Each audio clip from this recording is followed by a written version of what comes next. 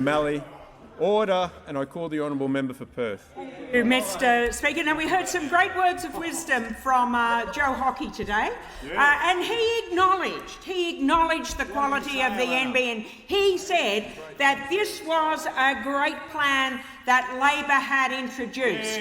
Now, he did go on and explain what happened next, and that was that Malcolm Turnbull recognised that it was a great plan as well. But in order to get it through the Luddite, the former Prime Minister, then Leader of the Opposition, he had to produce NBN Lite. He had to produce a dumbed-down 20th century vision.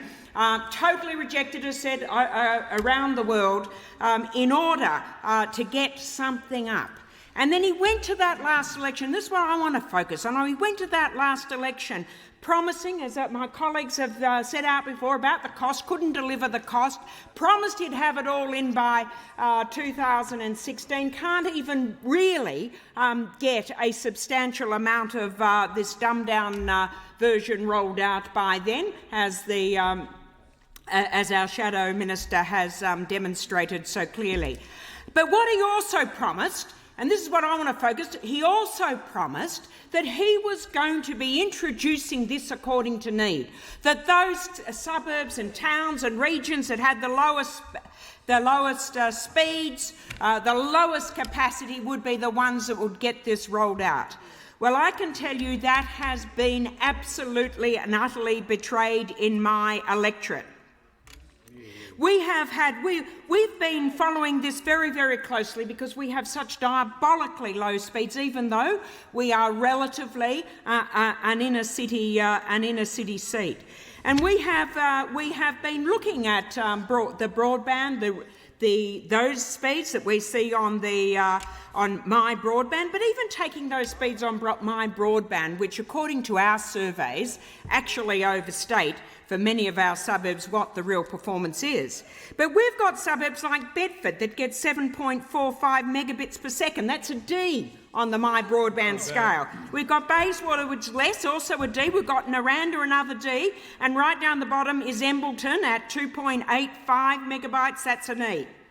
Now, did any of these suburbs get included in the rollout that we are seeing that was announced last week? Not one of those suburbs was included, but let's actually have a look at some of the WA suburbs that were included on the rollout plan.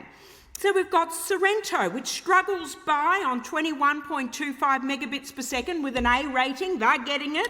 We've got Alfred Cove that's got an A rating. They're getting it. Waterman's Bay, they've got an A, but they're getting it as well. And we've got poor old Peppermint Grove, struggling suburb, that's getting a B. Swanbourne's getting a B. And they're getting theirs rolled out over the next 2 years. Now, it just so happens, what is the defining characteristic of all those A and B suburbs?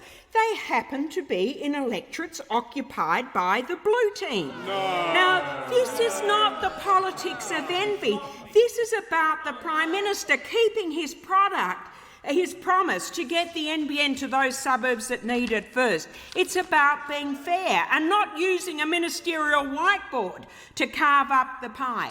Now, I do ask myself, is there another reason other than the electoral fix? And I suspect there could be, because the foundation myth of Turnbullistan, the myth that we've heard about today, that all Telstra's copper is shiny and bright, will be exposed absolutely if we went into any of those suburbs to attempt, all of those D and E suburbs, to attempt to deliver broadband, because we know they can't even deliver voice services when it rains.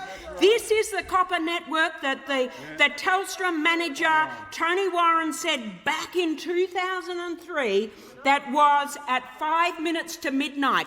This is the reality of our copper, that for nearly over a decade ago it was on its last legs, and now we're pretending that it is going to be able to deliver 21st century download and upload speeds. We know it's not, and that is why you are avoiding so many of those areas that have the lowest speeds in this nation. I thank the honourable member for Perth, and I call the honourable member